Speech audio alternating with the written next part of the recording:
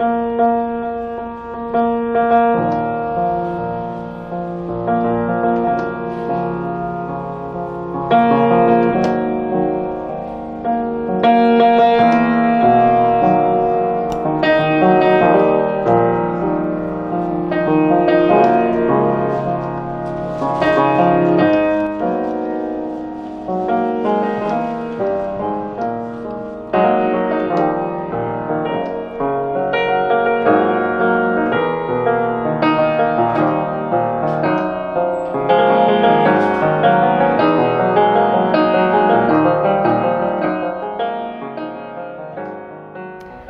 Kirsten Skippers. I first lived in Sultana Bay. My parents are from Cape Town, but they moved there just after I was born, just to work a bit more.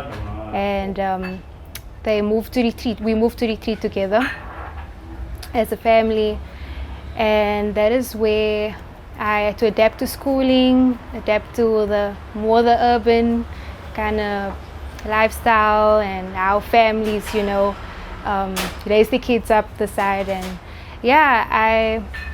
and then my musical talent was discovered by my dad at a very young age. I mean, my dad is like the music guy, so he plays a bit of piano, a bit of guitar, a bit of basic instruments, and he taught me my first scale because he saw me one day after school sitting at the piano trying to play something by ear. And I was actually also inspired by my sister, who could read music before I even sat at the piano. And I knew that music was in my flow, but I was open as a child to different things, like interests like in dance or just like artwork.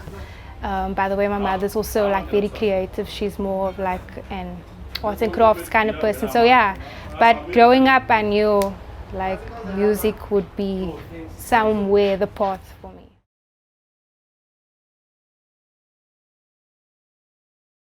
How I got into jazz is quite interesting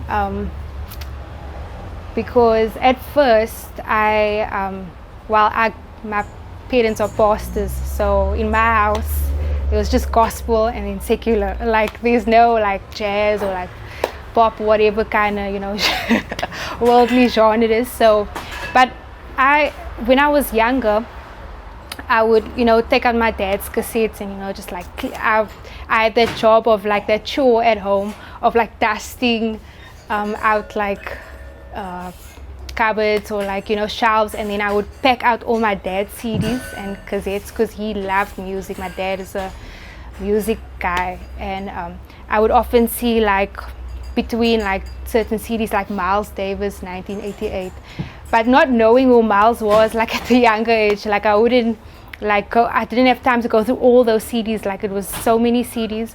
But my dad, he was always a music fan. We had Dave Carr's like playing in the house, Abdullah Ibrahim, Township Funk, my favorite album, and but like just more the musics that our people like know on the surface, like in terms of musicians like Kirk Whalum. But how I discovered jazz, I knew technically at a young age, about like 11 or 12. I remember my sister, she was very much into history. She was doing history class on high school, and she would learn about all these like South African exiles, like musicians like Abdullah and Miriam Makeba, like in the height of our apartheid, like how they had to go out and create music elsewhere and spread the word about what was happening in our country. And she did a lot of that research in history, and also what came up in class was like the young individuals that kept the music alive, the message alive. And I think back in 2010 or 2011, I'm not sure what year it was, I think it was in a time where a pianist by the name of Carl Shepard. Like he was very much, everybody, like most communities, like have heard the name because he was in that time becoming very prominent. And I remember one year she came home with a newspaper saying that, begging my dad, my parents, as well as myself, like to go to this show. She was under the impression that he was going to perform with an orchestra.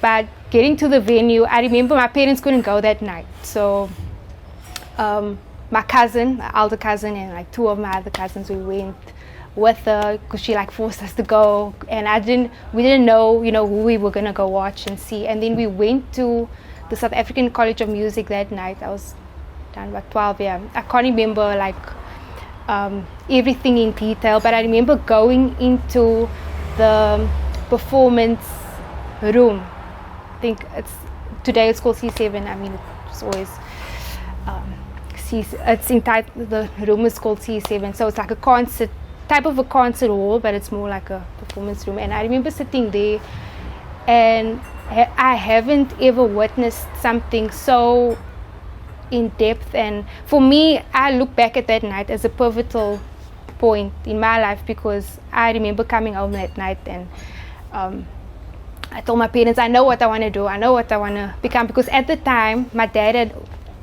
discovered my gift, and he saw that I wanted to take on piano like seriously, and used me in church, obviously. But he also sent me to training, like classical training, because there were things that I had to, learn that he couldn't teach me. And but I knew, when watching Carl Shepard, I knew what I wanted to do.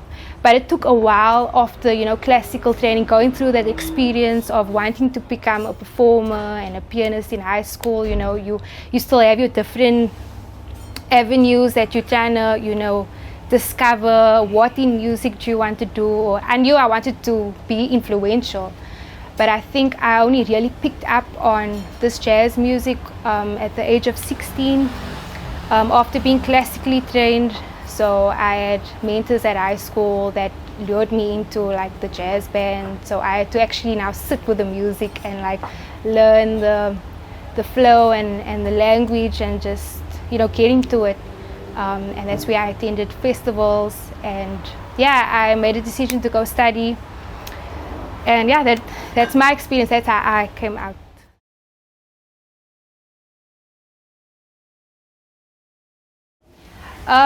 Wow.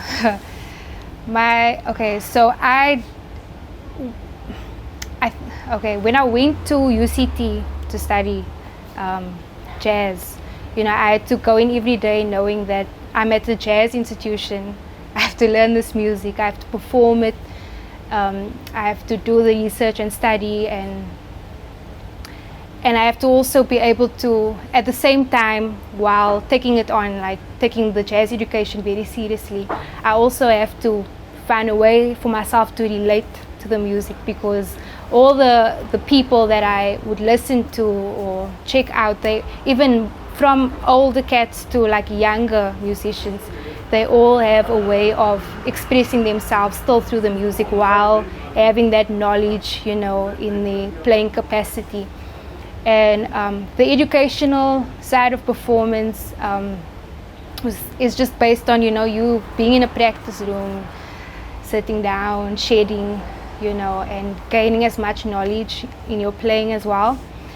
But I think for me it was more of, I tried my best to also, alongside the educational side of performance, I tried to relate, kind of find my way, like my point as to where do I relate with this music and why is it relevant to me as a young individual in the 21st century. And for my first year, I sat with the music, and I enjoyed, just like being able to transcribe. So transcribing is literally like you listen to someone and you just, you play as to what you hear.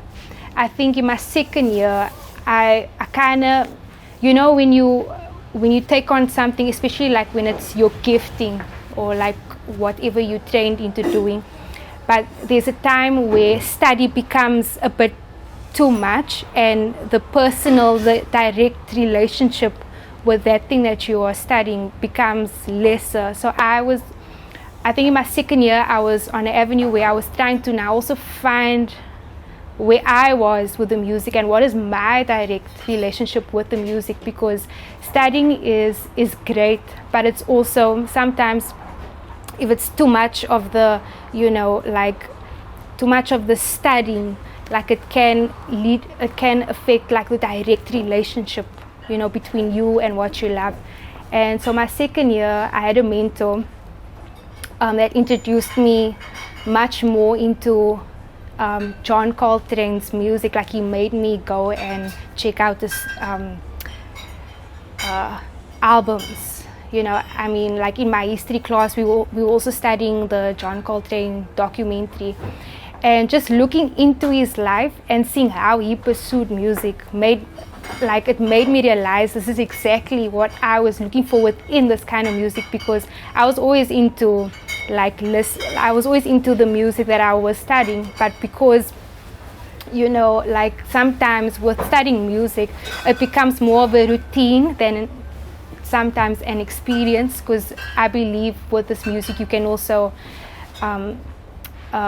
experience certain things, like in terms of like expressing oneself, or when you're at a jam or at a gig and the synergy is high and that connection between musicians.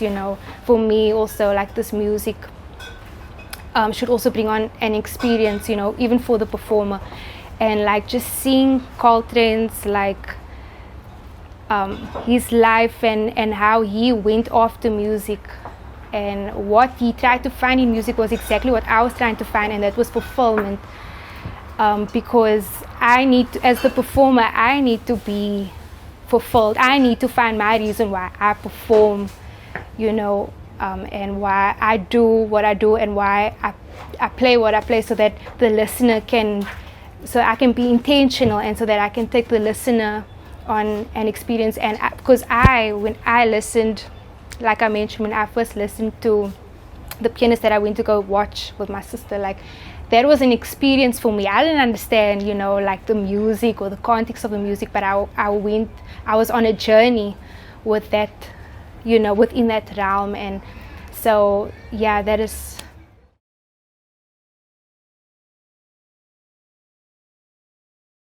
What inspired me to do it, I always wanted to do my own project and perform under my own name.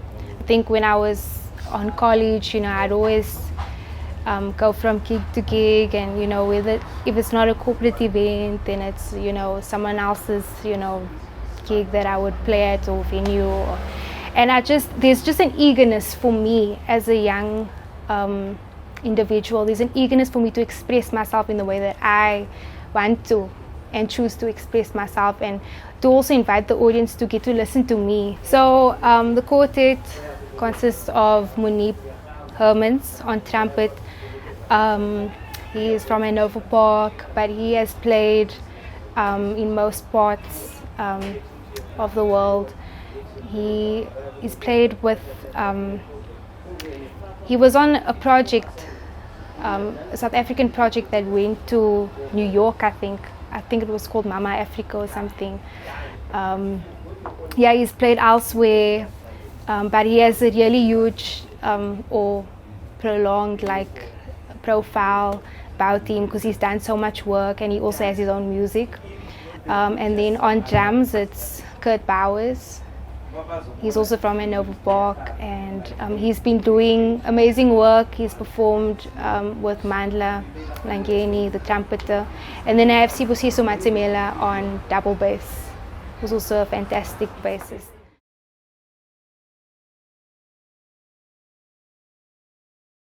About my music, I do have plans. I've had plans. I do have plans to record, but I kind of wanted to first, venture a bit with the quartet.